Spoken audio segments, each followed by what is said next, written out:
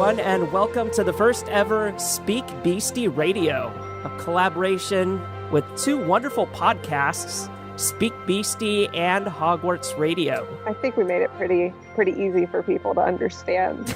I think, that lays it right out there. Yeah, I don't think we mashed it up like too much where people are like, which two shows could this be? Well, I had to clarify for our American listeners out there. Sorry, I don't mean to typecast anybody at all. I really don't. Those Americans. I say as a full-fledged American. Because we don't understand philosophers. We don't understand a whole bunch of stuff, so... Fantastic. Dates and where to find them. Well, this is a first for any of our shows.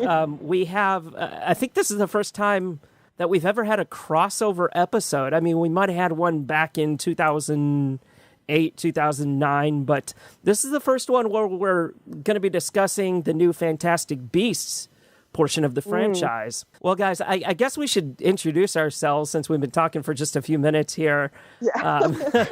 So everybody's like, who are these clowns? So I'll kick things off. I'm Terrence Pinkston. I'm the host of Hogwarts Radio. I'll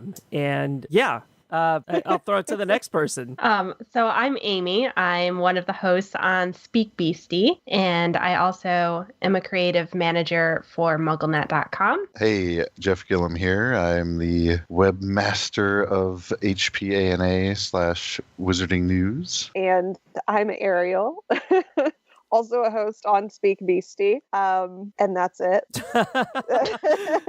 No Esquire after your name, no special title or anything. That's all I do. That's all I do with my life. No, I don't have a MuggleNet title. So, well, like I said, this is the first time our shows have kind of met over the airwaves, and for listeners of each show that may not know that one of our shows exists. First of all, are you guys living under a rock because we're both totally awesome? Second of all, I think we should kind of introduce what our shows really do. So Hogwarts Radio has been around for, 10 years, more than 10 years now. We discuss anything and everything we want to about the Harry Potter and Fantastic Beasts films. And people keep on asking us, how have you guys managed to keep going for 10 years? And honestly, I can't even think of the answer for that. I mean, we literally come up with the topics that we discuss that particular week, unless it's a really deep thing that we're gonna, be talking about. But yeah, it's a lot of fun.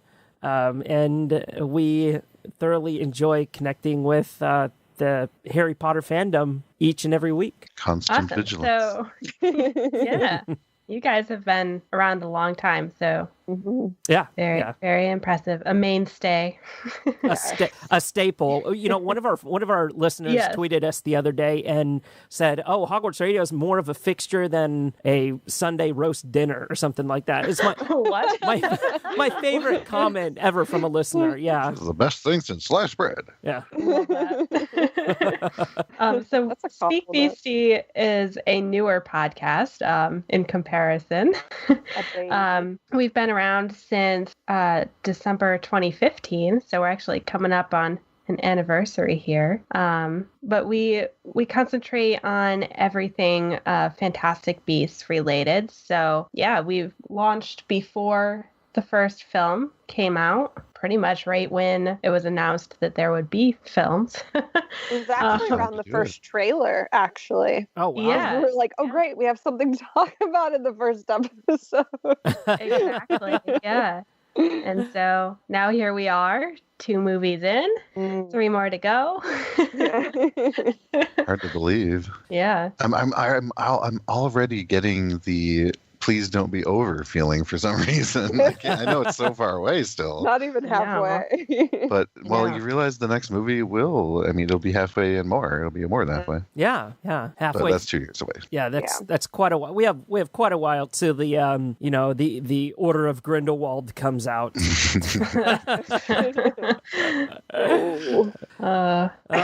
Jeez, I can't believe we're already in the second movie though. I mean that's just mind blowing to me. And it that's seems wild. Well, no, we're beyond the second movie. Now we're talking about it and conjecturing about the third and fourth and fifth. Yeah. We're currently watching the movie in theaters right now. I'm eating popcorn, and people are very annoyed with me for talking during the film. They're going to get you for using your phone. Worse, I'm on my laptop. Can you imagine? Just like walking into the theater with a laptop, people being like, "Excuse me, no." Flip it open, not even dark mode, just a white background for your text document. Yeah. Bright, just absolutely brightest screen possible. So what did you guys think of the movie? Better than the first or not? No. We're going to get right into that. Yeah, let's jump right into it. Why not? I must be in the minority because I loved it, honestly. I didn't hate it. I just had different feelings about it than I did with the first. Because I felt like with the first, it was a very clear-cut, like, beginning, middle, end. And at the end of the film, I felt this could have been it. Like, there was a very cute ending. Most of the questions were answered, but it was also open-ended enough that, if we wanted a continuation, we could have had one. And the second film, I just felt like it was part 2 of 5. And I don't want that. Like, I don't want it. Because obviously all of us left the theater with so many questions, and that's all fine and dandy. But I think for me, having watched the first film and enjoyed it so much as it stood by itself, and then going into the second one feeling like it was just setting up for the next 3 films. Yeah, I was a little disappointed. That seems to have been some people's biggest complaint is just too much. It just crams too much in there. Yeah. I don't know if I agree or not. I do need to see it again, honestly. Yeah. But I thought it was fine. I didn't find it too hard to follow, and I enjoyed all the plot intricacies. And it was like it goes back to my dream that these had actually been books before movies. But I don't. Because it would have been, then we could have been really getting into some theories, because it would have been fleshed out a lot more, much more detail, much more, whatever. We got the screenplay though, so but it's interesting that you say that, like, it would have been better as novels almost, because when I was watching it, I was thinking, I don't know, have any of you guys read the Robert Galbraith books, the Cormoran Strike novels? No, I haven't. AKA J.K. Rowling. Yeah. Wait, what? Huh? Yeah. But I felt like watching the movie, it was very much how she writes those books. It was very much in that style of, we follow a character for a chapter or like a couple pages, and then there's a cliffhanger for that character's plot line, and then it switches to something else. We're following someone else, but we still don't know what happened with that previous character. It felt very much like that in Crimes of Grindelwald, kind of jumping around. So I do think a lot of people... the normal mode of, like, building tension in a movie is kind of leaving you on your seat, on the edge of your seat, Yeah. No, I loved it. I think a lot of people didn't like that for some reason, but I like that style, so I don't know. Yeah, I want to talk about the individual. I mean, we can't pick out everything, but the big reasons why people liked and disliked the movie, and that was one of them. The plot. See, I guess.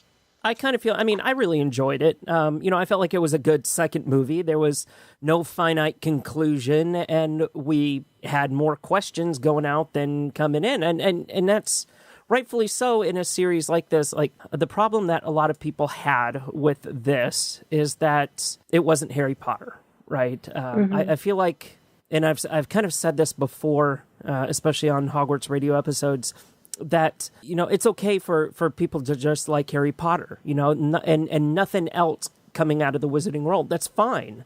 But, don't go bashing the story just because you don't agree with some of the decisions that were made. Yeah, that's a good way of thinking about it.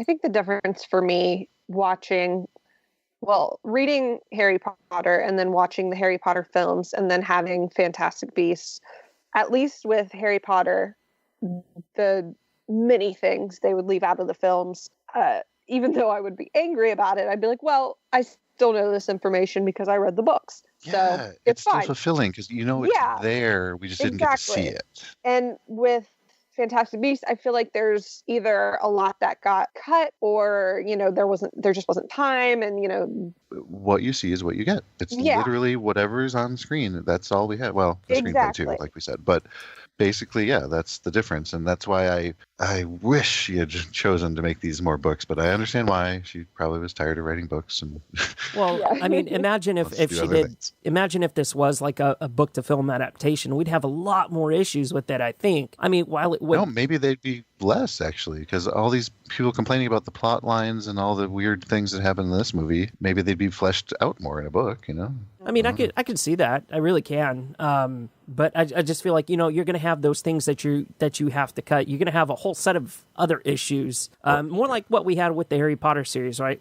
Like, why did they cut this in? Why did they kind of flip you remember the griping things? With Goblet of Fire? Yes. Oh my God, that's exactly what I'm thinking when they first floated the idea of having a two-parter movie, was Goblet of Fire, I believe, or it might have been earlier, but that was when it really picked up steam. Right. Because I believe that was the biggest. Well, it was the biggest book at the time. Yeah. So let's kind of talk about the movie. I mean, some of us have seen it more than once, and that's good because we are able to catch things that we didn't catch the first time through. But would I say it's better with a second viewing? Did it get better for us? Did it answer any more questions that we had? Honestly, I enjoyed it so much more the second time I saw it. And I think that was because the first time seeing it, I came out of the theater and I was like, I really liked it, but I feel like I didn't get to enjoy myself because I was so worried the entire movie. And like going into it, like all the negative reviews that were coming out before I saw it, I was like, I need to enjoy this movie. The second time, when I knew everything that was coming and I knew it wasn't disappointing to me, I was able to kind of sit back and just relax and like soak it in and actually fully enjoy the characters and the story and all the magic and the effects and just everything about it. I was able to actually relax and enjoy it the second time. See, I was able to get there the first time because I had the exact same trepidations and fears and what you just described. I was like, all those reviews come out beforehand. Oh man, they got me real nervous. And I really wanted to enjoy it just like you. And I did. I mean, I'm not here to say I loved the movie just to prove myself right, to say, I wanted to like it and gosh darn it, I did. But no, I actually really honestly did like it. But I've only seen it once. Yeah, I've only seen it the one time. But when I think of just previous films I'd seen, and initially, because I won't say that I hated this movie. There were just parts that I didn't love as much as the first one. There was one moment in Crimes of Grindelwald when I actually thought to myself, I fell out of the movie. I was like, I realized, wait, I'm in a movie. I blinked out of it, and that's not a good sign because something was happening on screen. It was real slow, which is ironic for this movie, but something was happening, and I realized like, we're watching a movie, pick it up, let's go. I don't know. That was a weird thing that happened because I've never had that happen in like Harry Potter. But I just like with personal experience with movies that like I've seen one time, what I've noticed is that when I do go see it a second time, I focus more on details because the first time I'm sitting there focusing more on like bigger picture things. Yeah. And I guess that's just, me just enjoying the experience or whatever, just being a moviegoer. But when I go in the second time after I've kind of sat and stewed in the movie for, a bit, and then I go and see it a second time, I'm able to look at like the smaller details and everything. And that's why I really want to go see it again, obviously. I mean, with the holiday and everything, it's been super hectic, but I know once I do see it again, I'm sure there will be things that I appreciate more, things that I will sit there and be like, oh, I didn't notice that the first time around because, I was so focused on like this big thing happening rather than this, little small action happening in the background or, whatever. That's a really good way of how you described it because I was so scared of how I was going to feel when Johnny Depp came on screen. because I didn't honestly did not like his casting from a purely casting standpoint. I just thought he was the wrong choice, let alone the controversy surrounding him. That was able to melt away, I have to say, and I enjoyed his role, his character. It was a lot more understated than I thought it was going to be. I thought he was going to be a real wonky, like, out of, just harebrained, like Willy Wonka type character. I don't know. Yeah, I mean, he did have that one line at the very end. It was like kind of that Johnny Depp signature style, like, "Oh, I really hate Paris." That kind of Jack Sparrowness that comes out of him from time to time with his characters. I really enjoyed the movie the second time around. I liked it just as much as I did the first time. I did pay closer attention to certain parts now that I had an idea of kind of what to expect. The characters were able to soak in a little bit. I felt like I was able to absorb a little bit more of the movie the second time around, and a lot of the information, because whenever you go see it at once, you're like, oh my God, you're thinking all these things, and it's just like all the information that comes in goes out because there's so much of it. We were bombarded with information, especially the whole story at the end in the mausoleum. Like, I didn't even know what to make of that. Yeah. It was horrible. I was like, oh my God, I have to, I'm going to have to see this at least 3 or 4 more times just to understand what the hell was going on. I was sitting next to a stranger, but I was sitting next to a friend too. But on the other side, I don't know what they were thinking, because I said out loud during that multiple times. I was like, what? What? Like, my jaw was dropping. Yeah, there was a lot to unpack from that scene alone. I think back on it, I'm like, gosh, that was just like a dump of information, and they told it in a beautiful way. Like, it wasn't just like, they were sitting there talking about it with the flashbacks and everything. I liked seeing it rather than just being told, and having that kind of the family tree pop up as well. It was also still, it's a lot. There's a lot to digest, and it's, kind of what the whole movie has been leading to. And, we thought we knew who Credence was, and that we don't. And then, like, this is Lita's big secret. And it's just like, I was sitting there, and I'm pretty sure, like, I had my head in my hands, like, leaning forward, because I was like, I can't blink. I can't miss a second of this. Like, this is all so much. And that's another reason why, going back and seeing it again would be just hugely beneficial, because there's still so much of it that, like, I feel like I'm remembering chunks of it. I'm not remembering nearly as much as I should. That's why I don't get the hostility around this. Is she being Joe, of course. I was like, Lita? I have faith in her. I don't know how else to put it. Like, all this negativity seems to be around, when you really get down to the core of it, is, do you trust her to tell a good story? And I do, obviously. I mean, we've seen it multiple times, and I think the format of this, like I said, being a movie instead of a book, does not lend itself well to what we have been doing for over a decade, with just theorizing and analyzing and discussing and picking apart. There's only so much you can do with, however many minutes that movie was, instead of, hundreds of pages of a book, which, you can really sink your teeth into that. And Jeff, I'm going to have to echo that. I mean, I've never not trusted J.K. Rowling whenever it comes to telling a story. She knows what she's doing. I mean, she has this plan. She has a plan. Right. She does. I mean, everything that happens in the series is going to happen for a reason, regardless of the medium that she's telling the story in. I mean, it could be a West End play such as Cursed Child. It could be a book format. It could be a screenplay. It doesn't matter. She's a master at telling a story. And as far as rewriting history, though, which is another huge complaint. Even if that's true, let's say she did think of all this new stuff and is cramming it into the past, and it's altering things that we already know.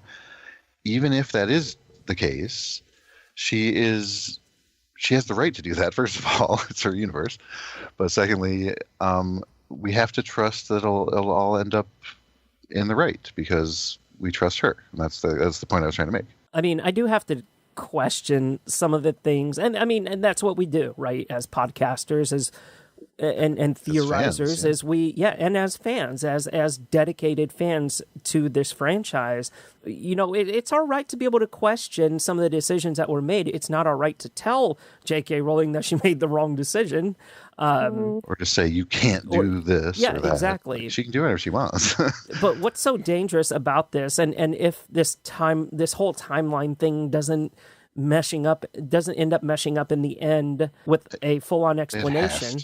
It has to, but I'm saying she would piss so many people off. It like throws canon out the window, because that's we theorize based on that information. Canon, what's wrong with that? Well, I don't know. I guess no. No new canon. There is. I don't see why that's a huge. I mean, I understand we've lived with it. We've thought this is the history. These are the dates. These are the names. You know, I can understand that. I guess.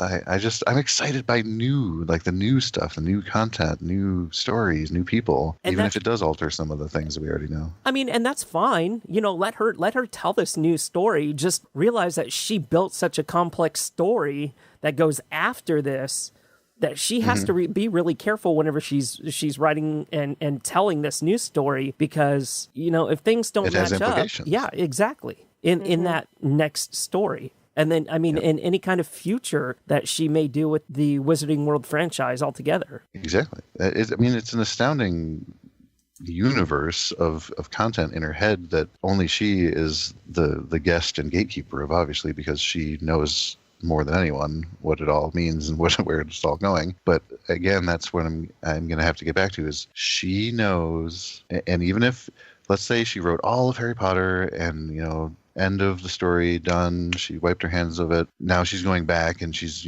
changing things or whatever. But I trust that she has a plan and that she has thought it all out so far. I mean, when they said it's going to be 3 movies, then they said, oops, it's going to be 5 movies. Well, that was okay with me. I mean, I don't care if it was 10 movies. But the fact is that I guess maybe it got so unwieldy that she had to go from 3 to 5 movies, or I don't know. Yeah, I feel like I trust her to turn this into a good story. And I feel like I can't really judge how I feel about, that ending and stuff yet, because I don't know how it plays out in the future films. So while I'm kind of iffy on it, I can't leave the theater and be like, that's wrong, I hate this is awful. Thank you. Because I don't know what's going to happen. I don't know if that's really true. I don't know what happened to get to that point. I have no clue where she's going with this. Yep. And I think that's obviously the whole point. We've got to go along for the ride for the next few films. That is that's the fun part of being a fan in this fandom, is the ride. Yeah, well, that's what it was all about for Harry Potter, because we were the lucky ones. There are people born now that were alive, that weren't alive when Harry Potter was not finished. We were alive when we didn't know how it was going to end. And it's this literary classic now of all time. I mean, there's no way Harry Potter's going away, right? So forevermore, every generation, it's going to be just this children's story that everyone knows, but we were there while we didn't know how it was going to end. I find it hard to believe that she wouldn't know her own timeline, and the fans do. So I feel like there's something here that explains a lot of these gaps. And even if there isn't, for the McGonagall moment, honestly, it was so fast. I didn't care when it happened. I was like, whatever, that's for 2 seconds. I feel like there's reasoning, and I'm not going to just slam the door on it because I don't understand it yet. Can I be the outlier for a second? Sure. Do it, please. Not for the sake of it, but this is because it's just how I truly feel. Honestly, I'm just the kind of person, I can't trust anyone blindly. I can't sit here and be like, she knows what she's doing. I'm like, you better know what you're doing. I'm sitting here and I'm thinking you are turning things around, and this was canon, now it's not. I don't know what's going on. I'm confused. I shouldn't be this confused. There were a lot of moments in the film where I was like, this is just kind of pandering. I'm okay with oh, we've got a young Dumbledore now. And, obviously he came in because Grindelwald came in, but I was still a little confused as to Flamel and, maybe that's going to be more fleshed out in the future. But, you see. I hope so. Yeah, because I was like, that's kind of like, okay, like he's here. That was almost on like the trolley witch level. Yeah. Well, even with McGonagall and just like certain things, I was sitting there thinking like, it's nice to have these things so long as it makes sense. Yeah. McGonagall doesn't. I was sitting there and I was like, I need it to make sense. I don't want it otherwise. Like, I'm okay without seeing a young McGonagall. I'm okay without, seeing Lamel's Parisian home. Like, I'm okay. Like, I'm okay without that because we had Harry Potter. We had all of those things in the time that, it was the 90s and now we're in the 20s. It's just like, I don't rewrite the past technically because that is. And I'm trying to look at it from a very like realistic standpoint. I'm like, well, Harry Potter's canon. It came out first, and technically she would be changing the past. Right. If Fantastic Beasts came out first, then Harry Potter, she, rewrote some stuff, then it would, I'd be like, well, she's changing the future, whatever. Either way, just don't change things. So, I mean, what I really wanted to just kind of drive home with this whole point is there's going to be two types of fans, right? There's going to be the fans on the left. There's going to be the fans on the right. And I hate using that analogy because it always refers to politics, right? But you're going to have fans that feel one way about the series, much as we do on the panel today. And that's fine. There's absolutely nothing wrong with that at all because, one, it's a right to be able to feel like that. But two, that's the way they feel comfortable in this world, with this world. And we saw, we used to be one united fandom, right? Whenever the books came out and then they were adapting to movies, and then you had some people that liked the movies but didn't like the books, or vice versa. And then you start to throw in Pottermore, and they're like, well, Pottermore canon is canon. And then you had people saying, well, it's not canon because canon was 7 books. And then you start to throw in Fantastic Beasts, and then adding more movies, adding in a theme park, more Pottermore stuff. There is so much stuff that's causing a division in the fandom as far as what canon is and what canon isn't, and what needs to be acknowledged and what isn't acknowledged, right? So, I think that, it's best for everybody just to kind of simmer down, let the story play itself out. Simmer down now. Simmer down. Let's let the story play out. Let's let J.K. Rowling tell her story how it is. We know 2 pieces of it right now. And let's say maybe everything does connect together. Great, that's going to be wonderful. But if everything, that's my whole thing is trust her. Let's just trust her. However, we have to, or else how else can you enjoy it? However, you cannot can't make me. You can't. Some people, well, I do what I want. Some people can't because we're getting a piece of it at a time, right? And we have to wait 2 years in between these movies. Well, what do we do in between these 2 years? We pick apart the movie, analyze it, do everything that we can with it. And it distorts our view of the world if things don't add up. This world that we have grown to love. The story itself may play out. That's fine. But what we know right here, right now, is J.K. Rowling has never given us a reason in her storytelling for us not to trust her. At least, I don't think so. There can be there's different ways that people feel about this series. And like I said early on in the episode, that there's Harry Potter fans, and then there's Fantastic Beasts fans, and there's fans of both. There's different kinds of fans. There's fans of new media canon, there's fans of old canon, there's fans of, book canon, movie canon. That blows my mind. Could there be, I mean, not could there be, there are, but where are they? The Fantastic Beast fans that aren't Harry Potter fans. Is that possible? There's a few. Yeah, a few of our listeners are. Yeah. Well, I mean, I guess younger kids. No, if someone, like I was saying before, we grew up, or we were alive. At least I was when Harry Potter was coming out. So right. Next generation, new generations now don't have that. One of my friends, who's like a year or two younger than I am, she didn't grow up reading Harry Potter, and she said when she first saw the first movie, she was like, I get it now. Like, I get what it's like to, go into the movie and be excited and have that. And also like this is for my age range, so I understand the feeling, because she missed out. She read the books eventually, but she still missed out on that kind of, growing up with Harry feeling that a lot of us had. There's a lot of different exposure. A lot of different exposure happening to this. Can I just say also real quick, Jude Law was such a relief to me. I was really worried about... Oh, he was so good. I will trust blindly. Yeah, so with Johnny Depp, I was real nervous about, because everything, just his name just brings chills now. But don't even get me started on that. But yeah, so talk about him all day. Jude, yeah, exactly. But I was afraid. I didn't understand. I did understand, but I didn't agree with. They brought in these huge names for, Grindelwald is Johnny Depp and young Dumbledore is Jude Law. I really wanted them to go out and find new unknowns again.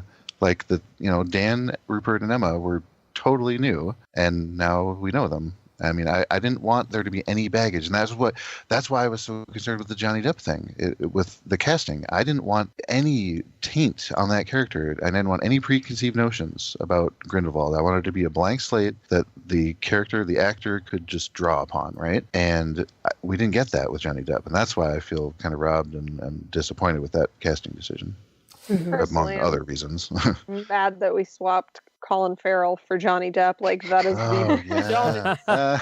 We'll never forgive that. I'm sure everybody feels that way. Like, yeah. Why on earth would you ever? But okay. But Jude Law. Okay, I forgot to mention. Yeah, Jude Law was just perfect young Dumbledore. Oh, he really was. He was really good. He had the right amount of mischief. Like, it was just yes, just the twinkle. Just right. Yeah, I was like, I get it. Yep. Yeah, this makes sense. Not that there was any point. Again, I will trust Jude Law very blindly, but it's because I've seen so much of his work that I could trust him. And if, again, I'm just saying, if we had Colin Farrell, I have seen so much of his work, I would have trusted him as well. Like, when we heard about him being cast as Graves, I was like, yeah, that's great. Whatever. He can do anything he wants. But if he had then been Grindelwald, that would have been even better. With Harry Potter, all of the actors, the older actors, were seasoned actors. I mean, we had Richard Harris, we had Maggie Smith. I mean, they were great, but they weren't carrying the films in the way that now we have Eddie Redmayne and Jude Law, and my gosh, just everyone, like, they have to be at the top of their game. And we were lucky to get kind of unknowns with Alison Sudol, who this was her first foray into acting. Love her. Yeah, I love her music, and when I found out that she was Queenie, I was like, yes, great, please put her in all the things. But and then Catherine Waterston, I think, was kind of more into indie films than she was in any sort of like blockbuster film.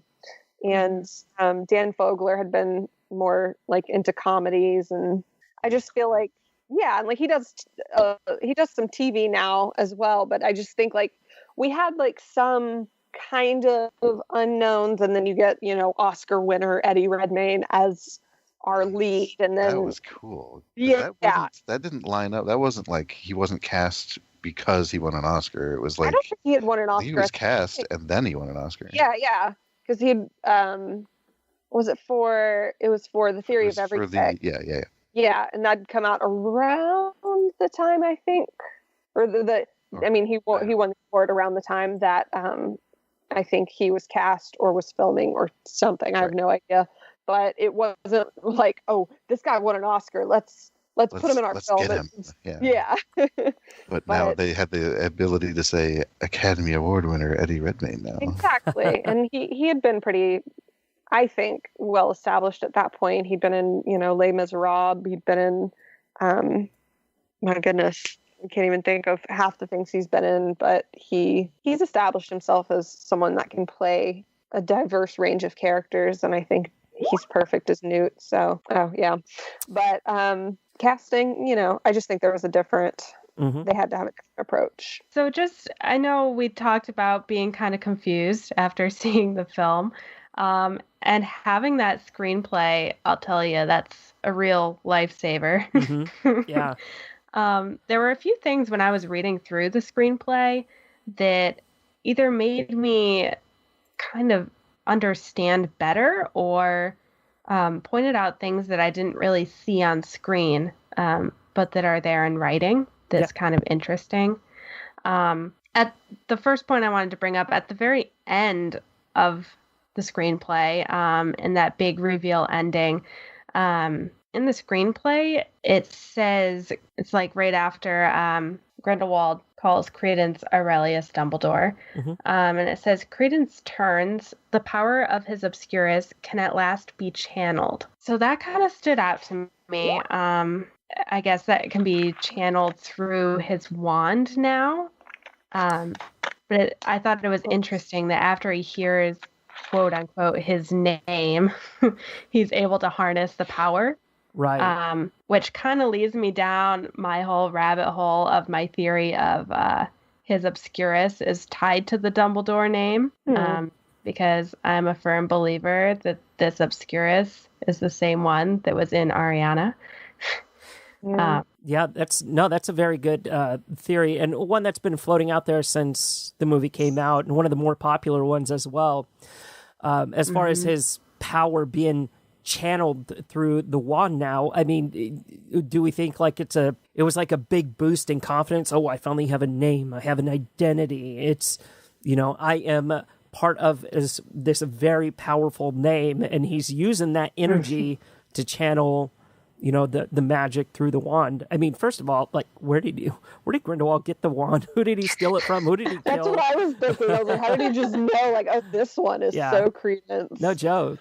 Well, and there's the thing, too, because then is Credence really going to be at his full power if the wand didn't choose him? If the wand was just kind of handed to him?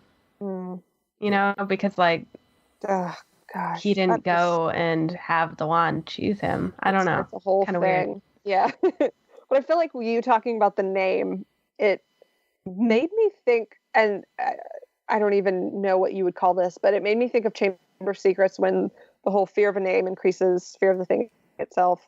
And I was like, I feel like it's like the reverse Voldemort effect. Like, oh, he has a name and he's going to use it, and he's like all excited about it. And whereas like Voldemort hates being Tom Riddle and kind of, switches around. It's, I don't know. Again, like I was like, I don't know. That is a really interesting. But yeah, it's one of those things that really does lead you down the rabbit hole. I know. Like I was like, oh my gosh, like I could branch off into this or this, and then talk about this. And it's like I'm giving myself a bit of a headache because I'm like, oh my gosh, I'm like, there's just so much. Yeah, there's definitely. So much that it could be. Yeah, and it's like it's frustrating, but kind of in a good way, because we're sitting here theorizing about it, obviously, and again with the rabbit hole, it's a whole thing. Well, we're gonna have we'll have plenty of time to explore all these, rabbit hole theories and all these different branches, because hey, we still have to wait another 2 years for the next movie to come out. So yeah, right. Plenty of time. Plenty of stuff to explore. Yeah. I really need to get my hands on the screenplay, because I know there's a lot. Well, I don't know a lot, but I've seen over and over again tidbits of just more descriptive language, or just things that weren't represented on screen, in my opinion. Like, there's some good stuff. Look it down there, but yeah, that would be more like reading the story to me than watching. A little bit. It's a very quick read. I mean, it does read like a screenplay. It only takes you like 1 or 2 hours to kind of really go through the entire book. It's not that, it's a very fast, it's like skimming reading a little bit. One, because the page real estate isn't filled up all the way. And two, it's just, you already know kind of the flow of the story. So you're just kind of, visualizing as you go along. I should know this, but was there a novelization of the first movie, and will there be one of this one? Negative. That's what I thought, because that would be like, well, why didn't she just write the book to begin with? Right, exactly. So now in theaters. now a major book. Yeah. Yeah. But I know when I was watching the movie, there were a lot of characters, like side characters, that weren't really explained, and the main characters' reactions to those side characters weren't really explained. So I thought this was kind of interesting. Grimson is the guy that the Ministry hires to hunt down Credence when Newt turns down the job. And Newt, because Newt doesn't want to do that job. He's exactly, yeah.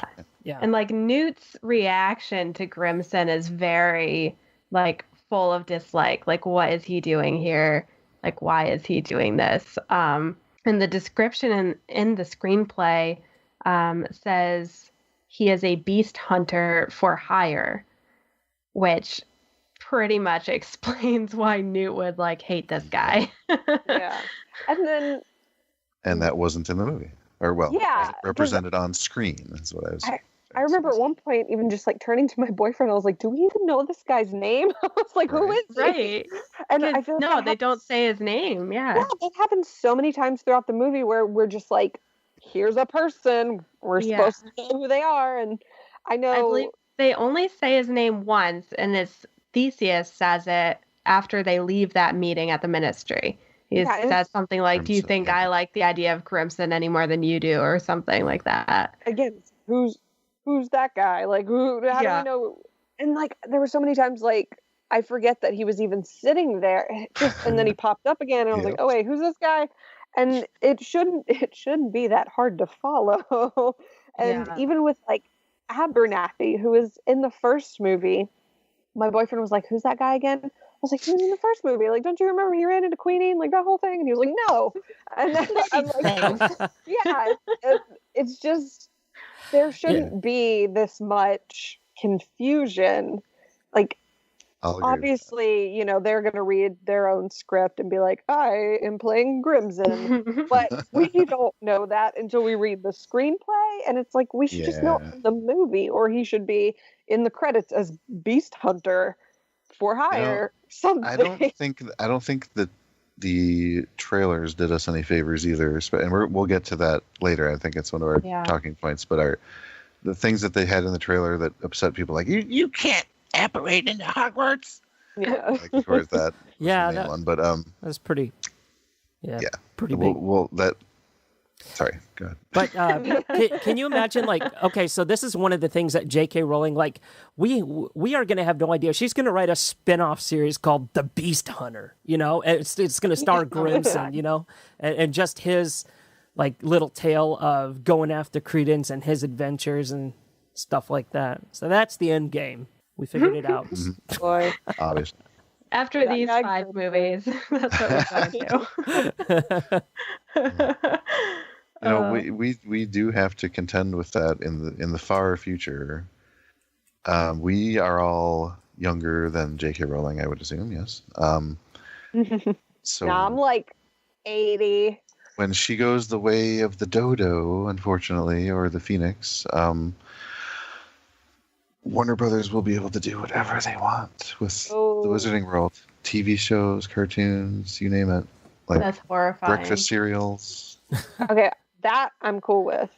Merchandising. Give me some butterbeer cereal, and I'm good to go. Yeah. Fantastic Beast flakes and where to eat them. I don't know. Do you think this movie, or either I'm noticing it more or they're doing it more, but for this movie, even more so than the last one, the merchandising, is it getting out of hand, or do we have this conversation every movie? Or we have it every movie. It just seemed like it was way overboard this time. I think the way that it was marketed was a lot different, and that's. Do you think it was because they knew the reviews were going to be that bad? I have to wonder, like.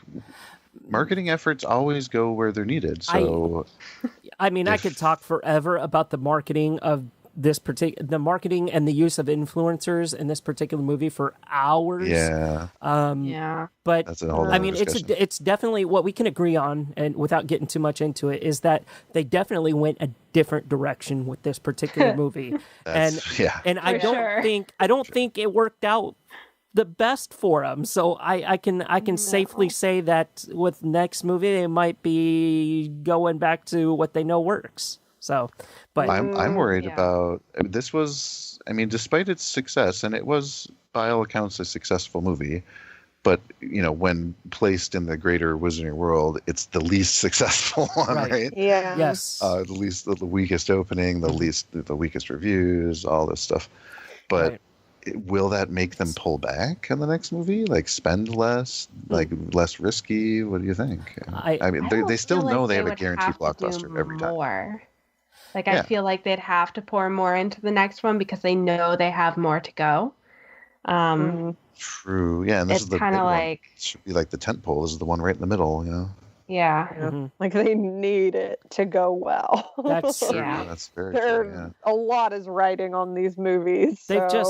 They've just, and again, without getting too much into, because we could go off forever. This is one of those rabbit holes we could go down, and get lost in. But really, without getting too much into it, they're definitely going to switch it up, right? With next movie, they still have 3 more movies to go. They're not going to pull the plug on this franchise by all means. It's not in jeopardy, even though this was the least performing movie at the box office.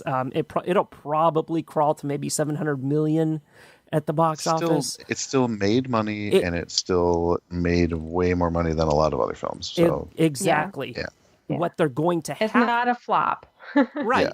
Yeah. And what they're going to have to do is they're going to have to find a way, in addition to switching up their marketing, to bring back the fans that they lost as a result of this movie. So, I mean, there's so much that we could get into with that, that I'm afraid we have content for like a second SpeakBeasty radio episode. Oh, gosh, I know. Yeah. But, getting back on topic. Yes. Are we still talking about this? I feel like this is a bad combination between me and Ariel and you guys. Like we're we just go on tangents. I love it though. That's what I love about this fandom and these analyses and the ways we can theorize is that it is a rabbit hole. You can go down and just keep going down, and then you find another hole off of that one. For sure. So in the screenplay, we get a little bit more explanation of some of the magic used as well. So that like gold dust spell that Newt uses to find the Zuu after the circus and everything, and just to find where Tina stood. That's a tracking spell, according to the screenplay, which makes sense. Forgive me if you've discussed this in a previous podcast, but I noticed a severe absence or lack of vocal commands in this movie. Yeah. What was that about? Especially for Avada Kedavra. Like, they were throwing those around like they were candy without even saying it. So they were there. You notice that? Like, I mean, they were there. Spells were there, of course. We even got some new ones like Papyrus Reparo, and like, I mean, there's a whole bunch of other ones. There was a list. Did they say Avada Kedavra in this movie? No, I don't think they did. We get it. It's a dark film, and I think back to Harry Potter, and I'm like, well, Voldemort technically never killed a baby. In this one, they did. Yeah. So I think I mean, and they did it off screen and everything, but you can still see the green light. I feel like if they had said it somehow, it would have made it worse. I mean, I know it's already horrible. I'm not saying I'm just saying for continuity and for the way the universe works. And I know some people can do commands or cast spells without saying them, but not everyone. For such a powerful spell, especially the Killing Curse, you have to be able to. You have to say it, right? You can't just think it and then, oops, I accidentally killed somebody because I accidentally thought it. Yeah, because I know a lot in Harry Potter. Gosh, I don't know. Because I feel like we never really saw a lot of adults dueling or adults doing magic outside of Hogwarts. And when we did, they weren't saying the spells, were they? Yeah.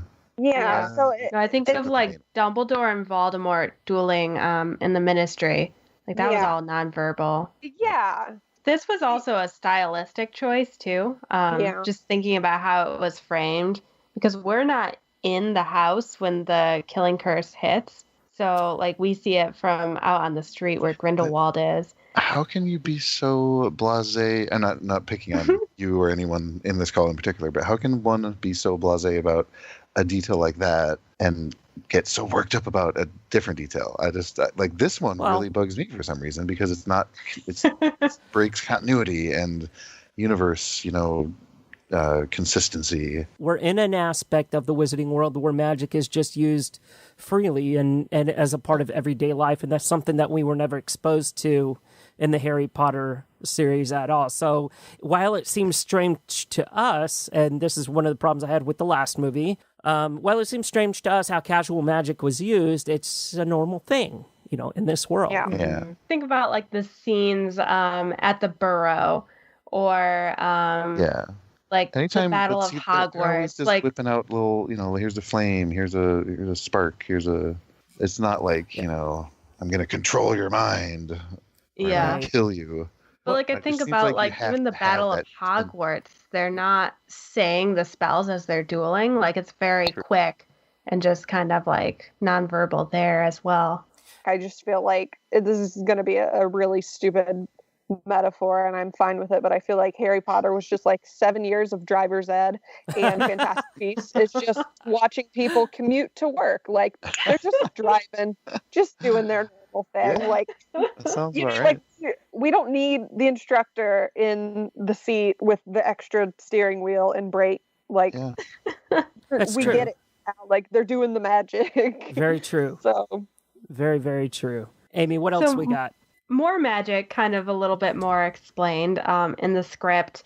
When Queenie goes to the secret entrance for the French ministry, the script indicates that she coughs, and that's when the vines kind of make it into an elevator. So it was very specific about that cough. So I'm like, is that cough the password? Like to get in? Like what if a muggle just stands on that spot and coughs? Are they gonna suddenly end up in the French ministry? Like that seems a little irresponsible. Yeah. But the script doesn't even say like, and also a spell, like just a cough. Right. So, like she coughs. I'm like, okay. That's less deliberate than flushing yourself down a toilet, Yeah. I feel like you said, like an unsuspecting muggle just, oh crap, and then I'm in the French Ministry of Magic because I've got bronchitis. I feel like this happens quite a bit to like unsuspecting muggles, like, I mean, yeah, it happens, but there's also a reason why you have the magical reversal squad or whatever, somebody to come in, wipe their memory. And then the next thing that person knows, they're, still where they were whenever they released that cough, God, now I'm going to go to Paris and find this statue and cough, and I'm going to be like, I just visited the Ministry of Magic in Paris. You're just going to be walking around Paris coughing, hoping you find your way in. It's funny, I was in Paris like 2 months ago, and it was like the week before the map of the places, of the magical places in Paris was released. And so I was like, darn, I just missed it by a week. I could have gone to, these exact spots. I could have gone to see Nicholas Flamel's house and all that other stuff. I was kind of upset. So when Newt and Jacob find Tina in the sewers, in Kama's little hideout thing, the script says, Newt and Tina stare at each other. Each has thought of the other daily for a year, which, first of all, that's adorable. And then the second half of that, with no sign of Kama, it seems she has been rescued. Okay, that confused me when I read that, because what does Tina need rescuing from? Like, it didn't look like she was locked down there. I thought she was. When that picture came out, this came out before the movie. Remember the picture? And the whole writings on the wall and stuff. Well, yes, that one, but then the wider one where you see Newt coming in from the side door, and she is laying on a desk or a bench or whatever, on this like cold stone. So I would say that she was there. But see, when I posted it on Twitter, someone commented right away, because I said, "Here's Newt saving or whatever, rescuing Tina." And someone commented right away, "Why?" I think they thought I was being sexist. Why does she need to be rescued? But in that moment, she did. Right. But you're right. In the movie, it didn't look like she was being held. But other than the fact she was laying on a cold slab. Well, because the bars, I don't know. I just thought, I was like, oh no, because when she met with Kama at first, I was like, yeah, a significant amount of time had passed, and like, why would she still be down there? Because it's not like she was down there standing looking at the wall, like continuing to read it. Like she was down there laying. Yeah, like she was down there laying, like very clearly, like when am I going to get out of here? To do. Yeah. So that I don't know. I guess that was just the one time in my life that I was able to pick up on something that wasn't explicitly stated, but it was just kind of odd because like when they went down there, the door wasn't closed. Yeah. So it was kind of like a weird, I don't know. Maybe it was more, I feel it was like more of an emotional rescue. Maybe. I mean, it might be a stretch, but like maybe a rescue from her work and how she's been obsessing over it over that amount of time, how she's been buried in her work. I don't know. I think the way I worded it when I posted the picture, because we didn't have any context or didn't know what it was, I said it was, I just posted it as Tina waiting for Newt, is what I said it was. Because that's what it looked like. It looked like she was just waiting for him. Yeah, it was weird that she was like laying down. Like, I wonder if she had been stunned or something. Yeah. Yeah, because I'm going to pay attention to that when I look at it again. Yeah. Yeah, me too. Because it was kind of a weird, like, they're sitting there talking. Tina and Kama are sitting there talking at like that. It was like an outdoor cafe or something.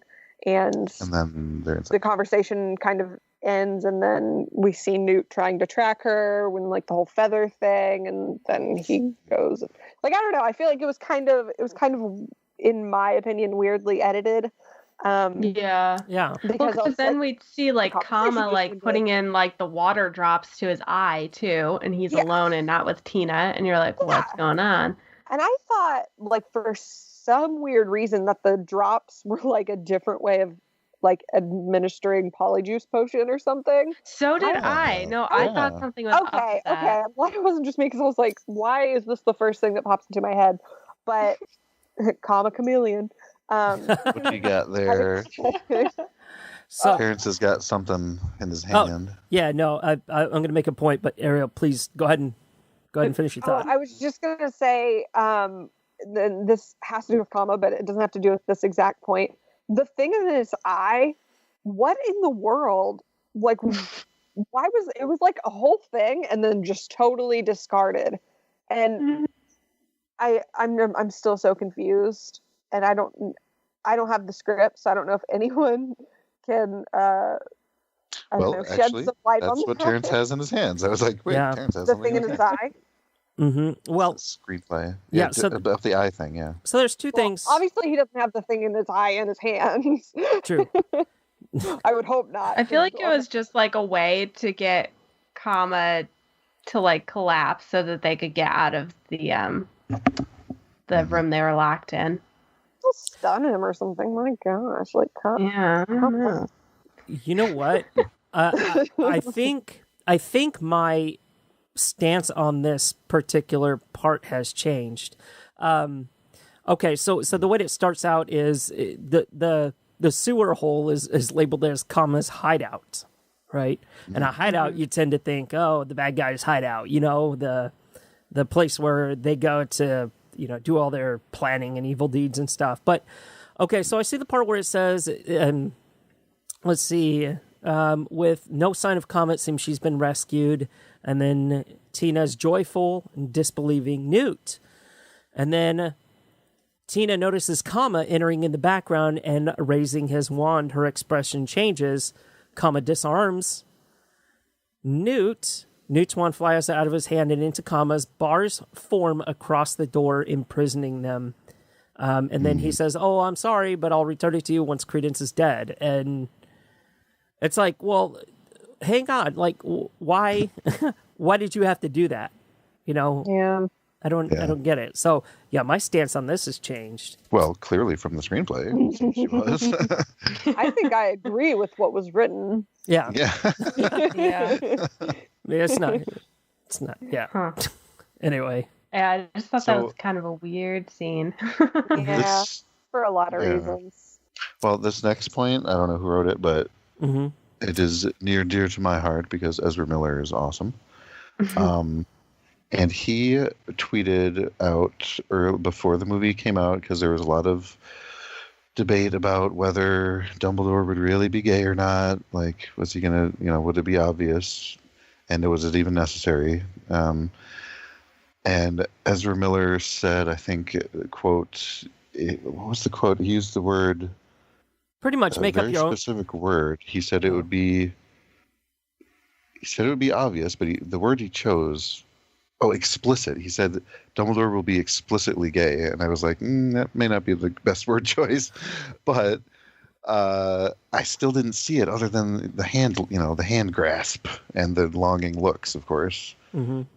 Well, okay, so but the screenplay has more to say, perhaps. It does, and I'm gonna hijack this just for a moment, That's Amy. But Dumbledore's feelings for Grindelwald are brought out more in the screenplay. For example, it says Dumbledore is looking at the pictures whenever Travers gives them to him. Mm-hmm. Right. These memories are agony. He is full of remorse, but almost worse, nostalgia for the only time in his life he felt fully understood. See, that did not come through any scene that I remember, which would have been great. That scene, I would love to see that. I mean, yes and no. You could tell whenever Jude Law was looking at the pictures. He was wistful. Yeah. It was just, I mean, he was like, very much having to hide the pain. Yeah, exactly. Yeah. Exactly. Because you could tell there was like more to what he was feeling than obviously what he was going to show. Yeah. And that's like Dumbledore as a person, like it's never on the surface with him. Like I feel like it came out more in the scenes with the mirror than the ones where he's with definitely. Travers and them. Definitely. I think with the mirror, it was very like he was looking into it like longingly, basically, at that time of his life. I didn't like the cliched, if it even is a cliche, or I don't know what you want to call it, but the whole, there's close as brothers, closer. Or, so that was so cheesy to me. I don't know. It's so cliche. You hear it all the time. Well, I don't know. Just that. It's such an old-fashioned. It's like saying, "Oh, he's a confirmed bachelor." Like, Well, yeah. But I think for like the 20s. True, I forget the date. Yeah. I mean, let's say it's today. If they were to say that, then I would agree with you, cliche. But for the 20s, that's being very like. See, I always imagine Harry Potter being timeless. I guess that's why I enjoy it so much. Yeah. Well, I know it is set in a specific time frame with years plotted out, but I don't buy all that. I don't really care about the dates and everything. I just like. I like the fact that it's timeless. Coming up. I know. So this one makes sense. I mean, you can tie it to real events, and that's pretty cool. But Harry Potter to me was always just this otherworldly place you could just always go to, and just never changed. So I feel like so as with Dumbledore in this entire picture, and without getting too much into him, I was not a Dumbledore fan. I always felt like Dumbledore was this kind of perfect character that had all the answers whenever we were introduced to him in the Harry Potter series. And then he's like, oh yeah, Harry, I'm going to tell you all the answers. And then he doesn't tell him shit. And so what ends up happening is your trust for Dumbledore, at least my trust, towards the end was gone. I didn't trust Dumbledore at all. And whenever he sent Harry, Ron, and Hermione on this quest in Deathly Hallows, to find the remaining Horcruxes, I was like, oh my God, he could have just, he could have told them where this was, or he could have told Harry early on what was happening. However, with this film franchise, I'm learning to appreciate Dumbledore a little more because we're getting context behind the character he is and not just a book from Rita Skeeter at this point. Right. Dumbledore himself is on more of a secret soul search in this movie as he revisits those feelings for Grindelwald and about what happened to his sister and all of his regrets about how he feels about not being able to fight Grindelwald. And so that just totally makes me appreciate Dumbledore more as a character. And I hope to God by the end of this film series, I can trust Dumbledore again. because I want to. Yeah. I'm really fascinated by how Dumbledore gets to the man that we know from Harry Potter. And I'm so intrigued by that whole storyline. Like, I can't wait to see this unfold. And I really feel like we're going to get some really great flashbacks and things that are going to explain him so much. Absolutely. Yeah. I agree. There was another point here, Dumbledore's side, that was in the screenplay about Leto's love for Newt and Theseus. And we know that that is confirmed. The way that love for Newt and Theseus. And yes, and both. That's the important keyword. So the way that it's described in the screenplay is she looks towards both Theseus and Newt, who are watching her, stunned. And this is whenever they're fighting in Grindelwald's little rally area there. And then Leta says, arena. Yeah, the arena. Leta says, "I love you," and the way that it's shot, the way that the camera pans, it pans to her, it shows her face, right, and then it pulls back and it shows both of them. Whenever she says, "I love you," and that's perfect. That scene and what was it Tina did right after that, or so heartbreaking. Oh my god. Yeah, definitely. That whole scene, I was like, is everyone just going to lose somebody here? I know. What is this? That was when the movie solidified as, okay, I liked this movie. It was ironic. That was when I was like, no, I'm done. Me too. I was like, ooh, now we got something here. Now something's going to happen. How dare you toy with my emotions in this way? Yeah, I was pretty frustrated with that whole scene, where everybody kind of is stunned by some of the decisions that are made. I just, it makes for good storytelling, but at the same time, it's just like heart-wrenching to go through and to watch. To me, I was going to write a review like this, and I think I may still.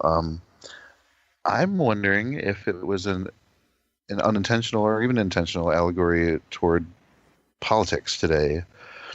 Like family members, you could have pro-Trump and anti-Trump people. Mm-hmm. And what if one of them, it's sort of like, you almost feel like losing someone when they're on the opposite side. Like they're not, you feel that disconnect with them. I don't know how to say They're not hearing you.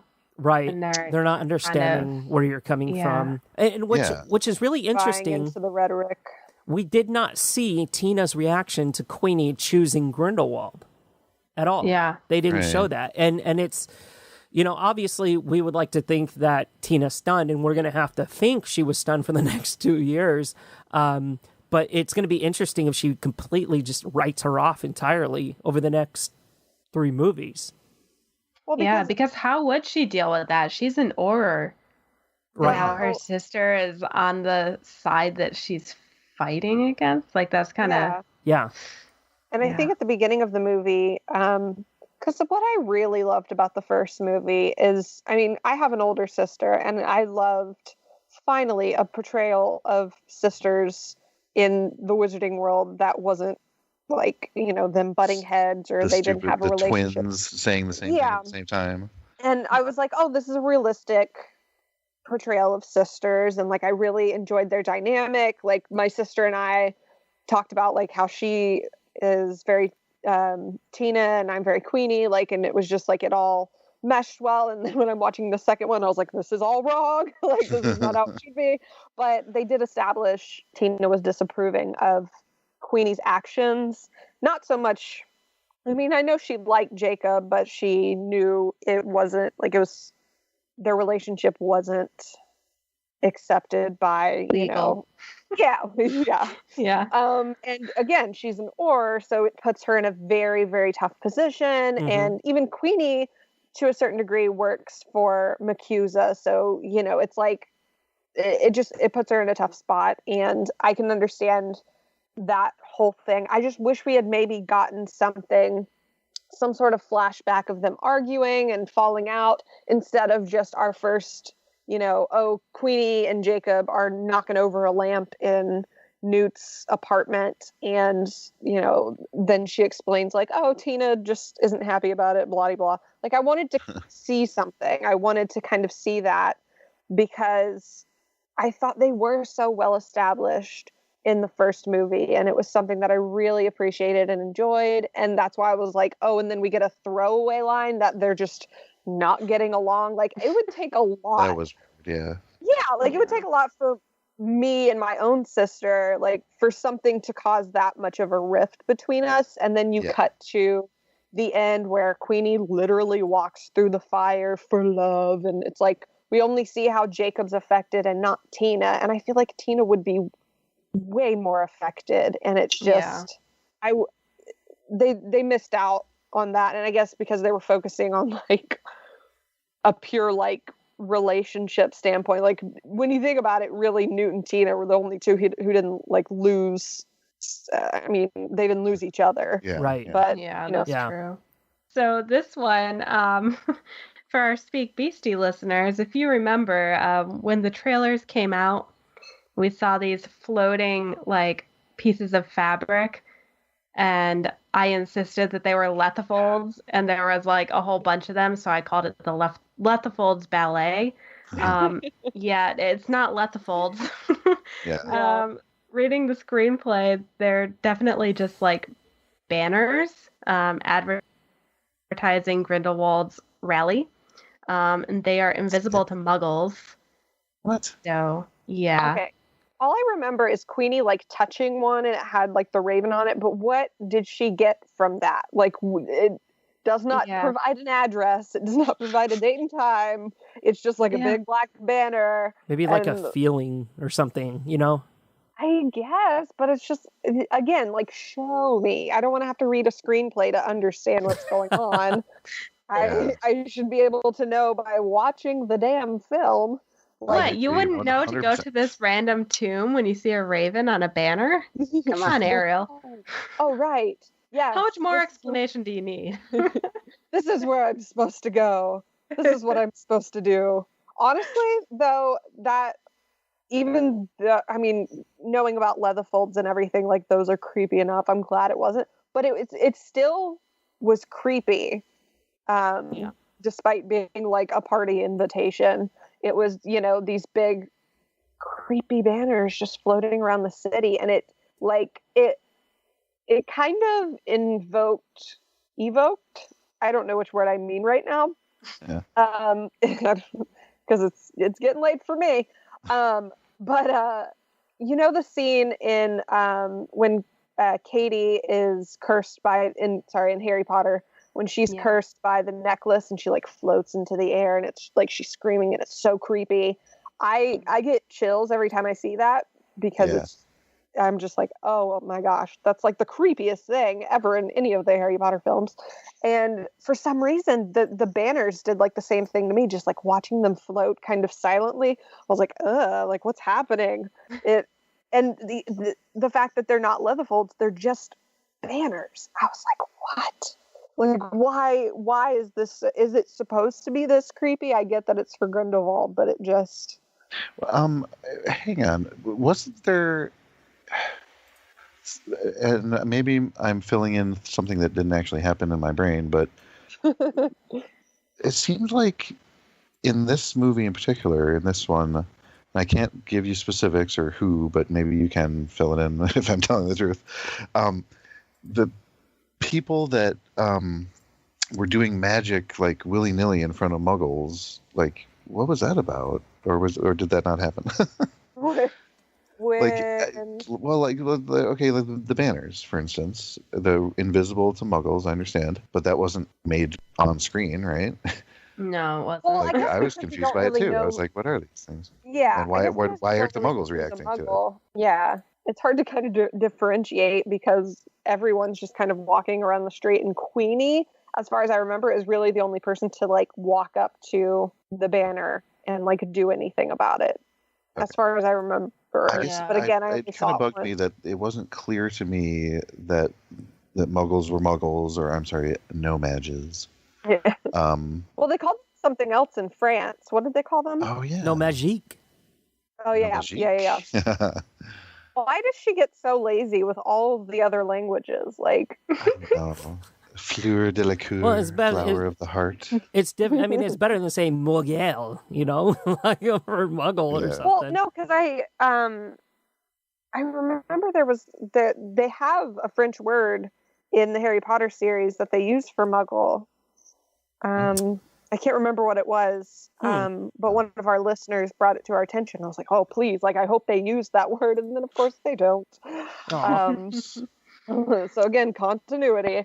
Yeah, but... when they said Nomad for the first Fantastic Beasts movie, I was almost deflated. I was like, "You've got to be kidding!" Remember when that was the thing we were the most angry about? Good time. Yeah, right. The innocent deaths. Or that they said Makuza instead of Mac USA, which is totally how the Americans would say what I heard one of you say it earlier. You said Makuza, which is how I originally thought. Like, it made it sound nefarious. Well, I guess, yeah. But it's like, j'accuse. I think, I don't know. That's just how I pronounced it. I don't know. Because I was the first person to say Mac USA, and I was trying so hard not to say it that way. Well, I was like, how is it actually pronounced? they got so lazy, like in this movie, that it said American Ministry of Magic. I felt like making red hat. Like what? I mean, like, yeah, I felt like making red hats that said "Make Makuza Great Again." It's like, I'm like, come on, it wasn't that hard to put Makuza. You probably could have saved, a few extra letters on screen and stuff, and we all know what you already explained that in the first movie, so slap it on screen for the second. Like, come on. Exactly, and we've seen the first movie. Like, no one's gonna jump into the second movie like, oh, I wonder what this is about. Like, yeah. When they it's going to be established. The French Ministry of Magic, or wait, what do they call it? The French Ministry of Magic, right?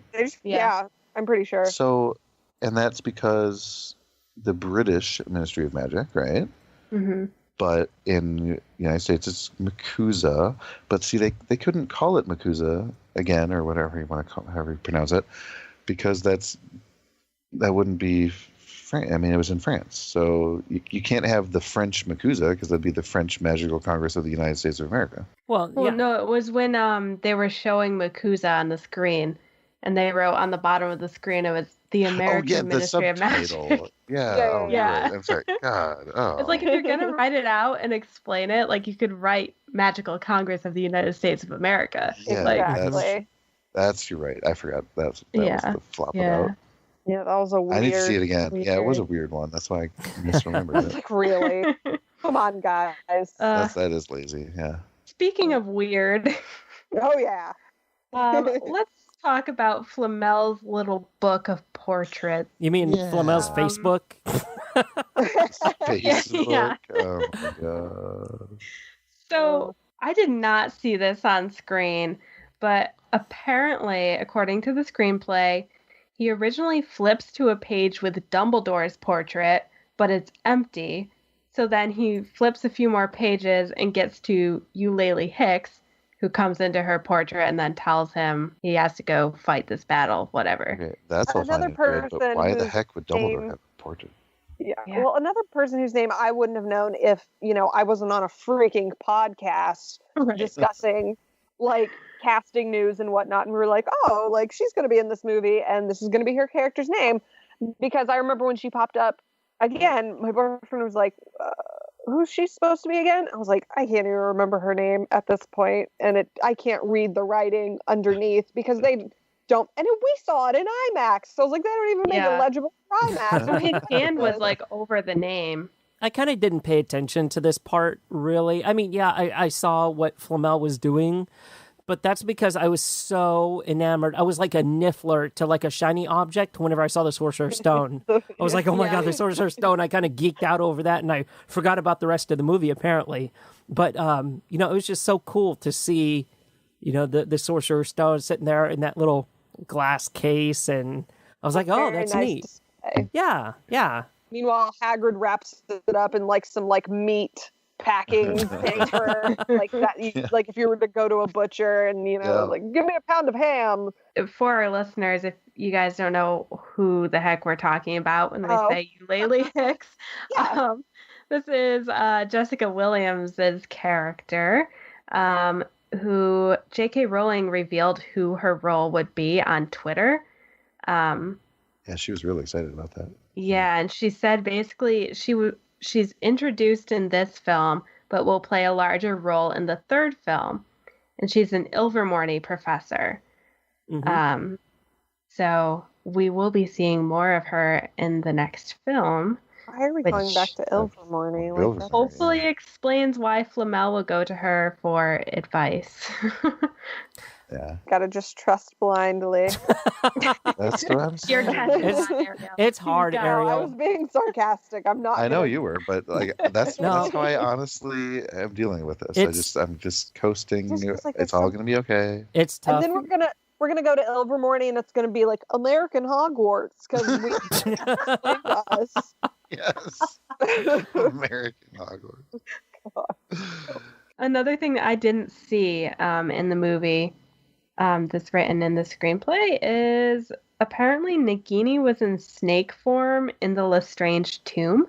What? She was lashing out at Kama so he couldn't get a clear shot at Credence.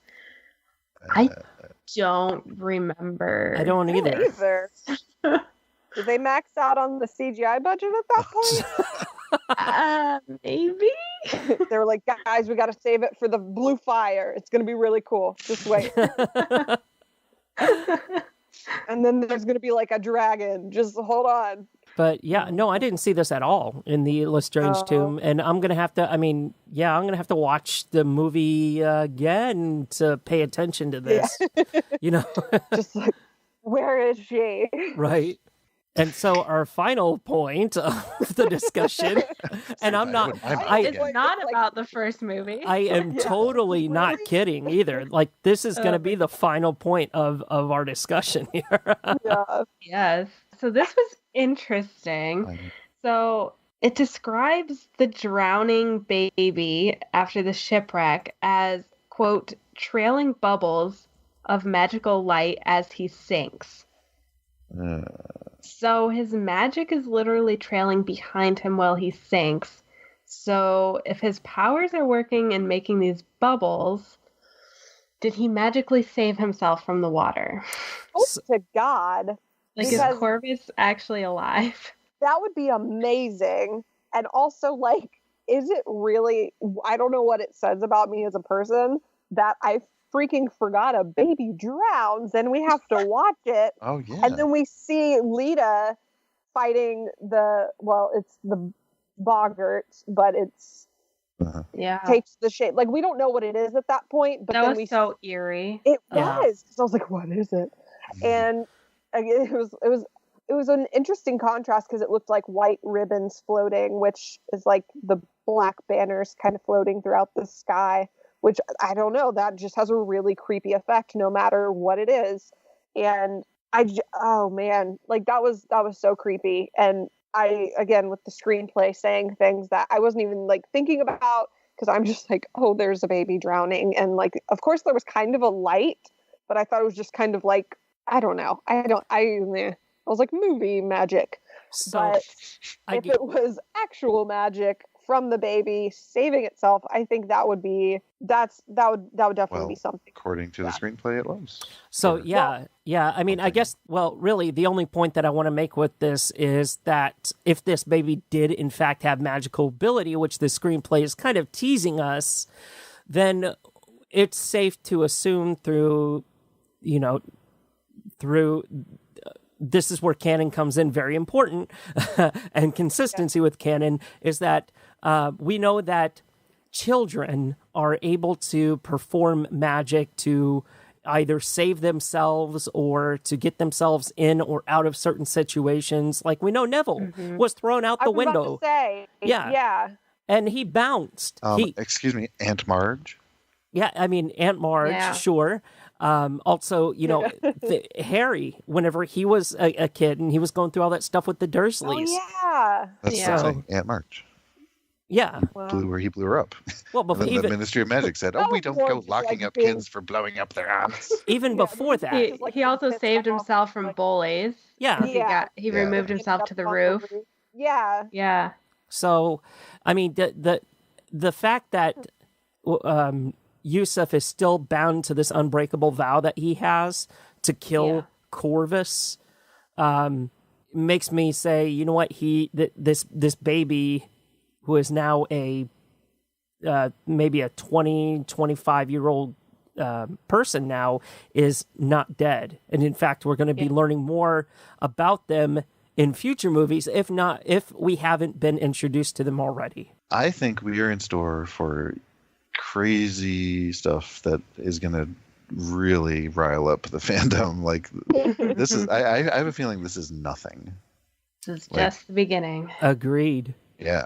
Well, I think they did spend a lot of time on that story, and because Lita is so intertwined, and then, they obviously bring in Kama, and then just that whole flashback scene. I think it would be kind of a waste, and I hate to say that word, but it's just for lack of a better term, but it would be kind of a waste if that is truly how Corvus passed away.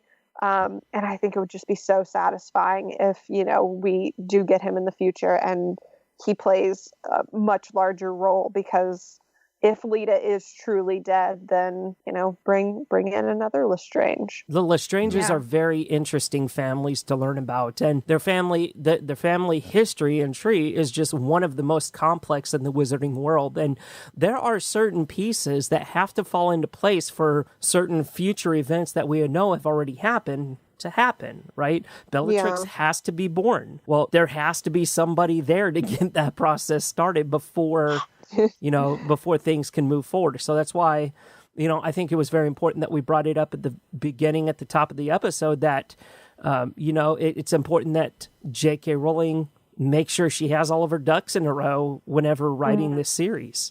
Yeah. Yeah.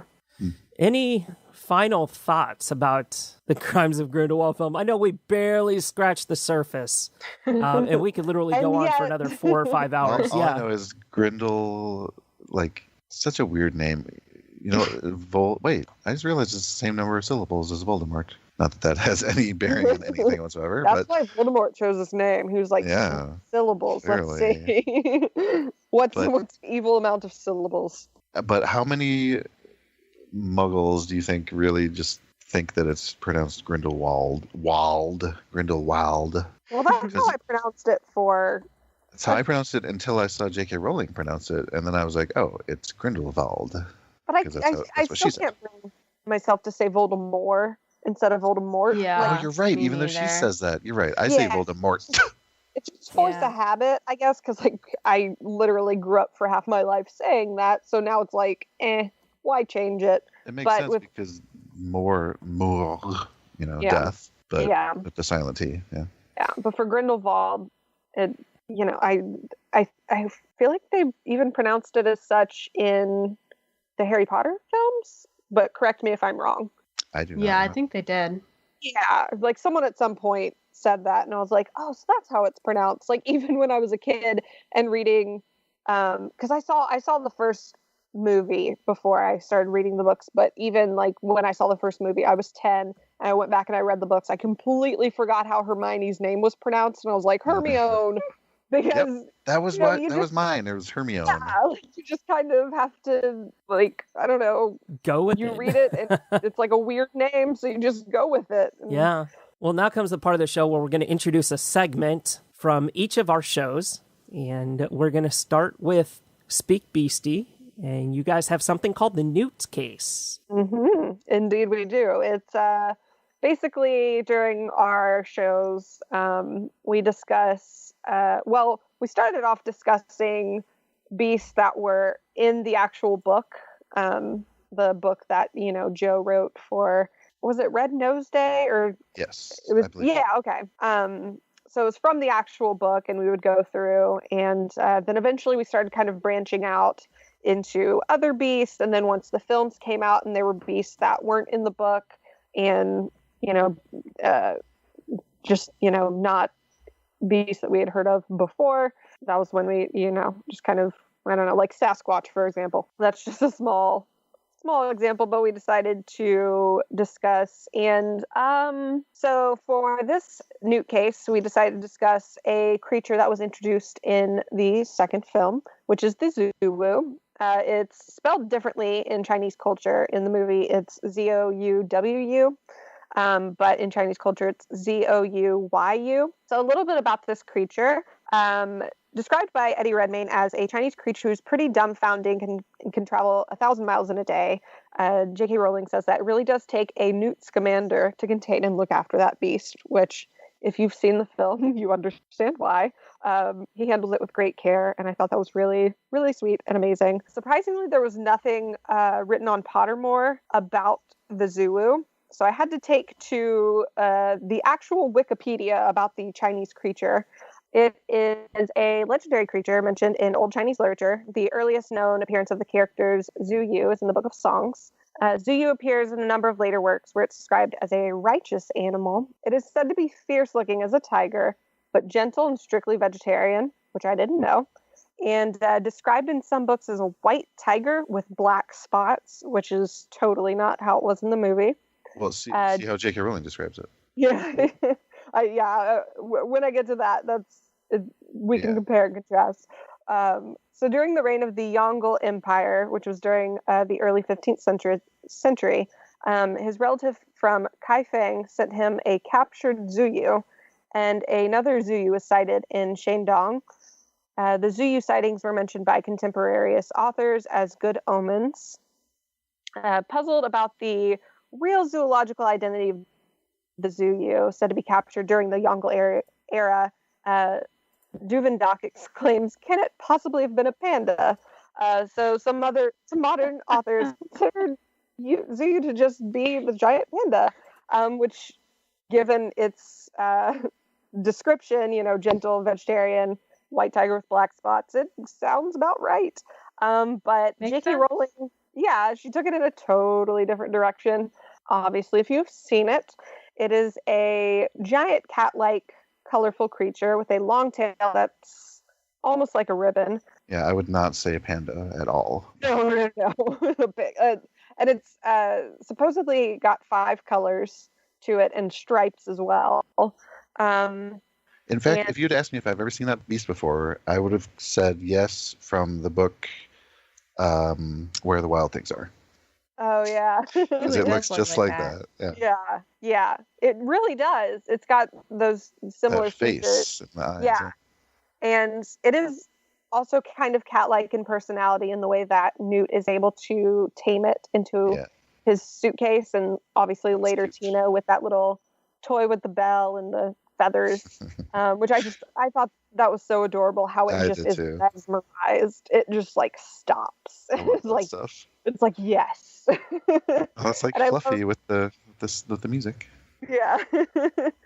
And it just obviously it led a really sad life. It was kept in the Circus Arcanus before being released, and it wasn't just kept there. It was it was like in chains and padlocks, and I think a cage as well. And thankfully, Credence aided in its escape. But one question I did kind of have, because I feel like there are a lot of creatures, and now that we're at the point where Newt's book has been published, we can kind of be like, oh, well, he didn't write about it because, his book's already out. Why go back and like retroactively add in this beast? But I did wonder why this particular beast was not in his book, because he did seem to have some previous knowledge of it in order to, kind of tame it. And he even, upon seeing it, knew what it was. So why wasn't it in his book? Even if, even if he didn't say capture one or see one in the wild, or I don't know. I just feel like I want to kind of want to get your input on this, because it was when I was looking. If it was in a circus, then that implies it was rare, right? And that people would tigers and lions are in circuses too. Yeah. Maybe it was something that he only wrote about the animals that he had in his possession. That's what I was kind of thinking, but then I was like, I don't know. Like, I don't think he had every possible one in his business. I don't know. It's at the point where we could be like, oh, well, he's written the book, so why, add it in later. Yeah, I mean, maybe it's one of those, maybe he only writes about the beast that he has studied in detail. It's possible that he's run across other beasts. He just hasn't had the chance to be able to go to these places where they are from and study them. Yet. Yeah, exactly. So maybe he hasn't quite made it to China yet, but we know that Fantastic Beasts and Where to Find Them, his book is, by the time Harry has to use it as a school resource, is in its 52nd edition or something like that. So eventually he'll get there, but it's just possible this first edition. By the time I bought it, it should have been in there, but exactly, it's fine.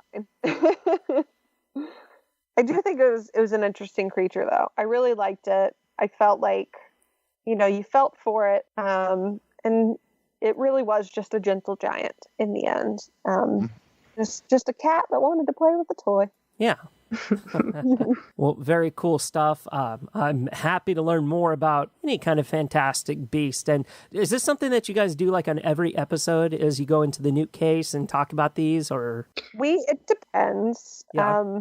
We alternate a few, yeah. Yeah, I was about to say, we have the Time Turner, which we'll go back into. It started off with we'd go back into 1920s history, but now that the timeline's expanding, it kind of is just general, go back in time and discuss a topic. But I've only ever done one Newt Case, so that's why this one was not amazing, and I'm sorry. Incredible. It was good. Yeah. I was like, I don't know what's happening. I usually do the news, which is very straightforward, and I'm like, this is what I'm talking about, and I'm reading. And how do you intro that again, Ariel? And now for the Phoenix Register, which everybody makes fun of for. It's the whole thing. Michael and his She has a very specific way of saying it. I don't know. It's just how I say it. I don't know, Amy. Gosh. I found something that is going to be for another time because we just don't have the time. But the in-universe publisher of the in-universe Fantastic Beasts and Where to Find Them textbook, Obscurus Books. Yeah. Mm-hmm. Yeah. We found that out this isn't me trying to step on your toes or anything, but when we found that out, we were like, what? Yeah. There's also a sign for Obscurus Books in Diagon Alley and Universal. Yeah, it's a whole thing. That's interesting. So either a publisher was created that was named after this evil thing. Yeah. What is happening? So yeah, that's a whole. That, like you said, it's a whole thing for another day. But when we found that out, we were very confused. Well, over at Hogwarts Radio, we like to wrap our shows up, usually with, on the lighter side of things, with a game or a fun fact or something like that, after a pretty heavy episode of discussion. And I feel like we could use that on this SpeakBeasty radio collaboration here. So we're going to play a game called Avada Kedavra, Amortentia, Imperio. And this is basically the Wizarding World's version of Screw, Marry, Kill. Now you can do 3 characters or beasts or whatever, and the victim, the person, we get really twisted. The person has to tell whether or not they would kill, whether or not they would give the love potion to and or Imperio to do their bidding. So 3 characters are going to be tossed out, and we're going to start with Jeff to my right, my proverbial right here. Jeff, your 3 characters are going to be young Dumbledore, so Yumbledore, goodness, Newt, or Mary Poppins. Wait, what? Wow. Because I'm thoroughly convinced. Did you just say Mary Poppins? I did. I'm thoroughly convinced that she went to Hogwarts. So, I'll talk about that on a future Hogwarts radio episode. But no, she would go to Hogwarts. So my 3 are. Oh my God! I would have Avada Kedavra, Mary Poppins, because she'd probably be singing all the time and be annoying. No, she has a beautiful voice, but she'd probably get on your nerves. And Dumbledore, just because he would be a just an incredible partner through the ages, don't you think? Would that be a ride? Oh yeah. And Newt's a cutie. Newtie the cutie. Newtie the cutie. I love it. There you go. Oh man. Aw, I love it. I love how this is like supposed to be a fun game, and it's like you're basically giving like the characters like no agency whatsoever. Like you're forced to do everything. Like you give the love potion, you kill them, or you Imperio them to do something. Like that's just fun times all around. All right, Jeff, you give to. Oh, so I have to throw it to Amy? Mm-hmm. Yeah. Oh my gosh. Okay. All right. Credence, Lita, and Theseus. Avada Kedavra, Credence. Okay, that's fair. Okay. I mean, I feel like I'm like one of the few people that says he just gets on my nerves. I don't know why. So emo. Like, love as whining and just do something about your life. Like, and do without. Stop moping. Imperio Lita. I would make her get away from the fire. Good choice. And Amortentia Theseus. Nice. Because the Scamanders, Wait now. Them Scamander brothers. Those are some good genes. And Theseus, the nothing rhymes with Theseus. Gorgeous Theseus. I don't know. Something like that. Theseus. Never mind. Theseus. That sounds like a really weird spell.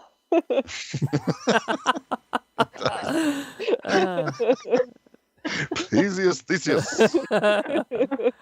And then a Theseus just appears in your room. Oh my god. In sexy lingerie. Oh, Jesus. Oh, goodness. Okay, Ariel. I'm not ready, but I'm ready. All right, you ready? I think, yeah. You've got Nagini, Okay. the Demiguise, Oh. and Nicholas Flamel. How are you going to do me like that? Because I'm mean. I don't even... Just kill Flamel. He's had a long life. You're right. But don't make my choices for me. But he's an alchemist and therefore immortal. Yeah. How do you kill him? Okay. So you said Nagini, Demiguise, and Flamel. Yeah. I wanted, I love Claudia Kim, don't get me wrong, but I wanted, at least a Scamander or something. I mean, y'all got, young Dumbledore and Newt, and Theseus, couldn't even throw Graves my way. Wow. I didn't even think of Graves. Me neither. I always think of Graves, okay?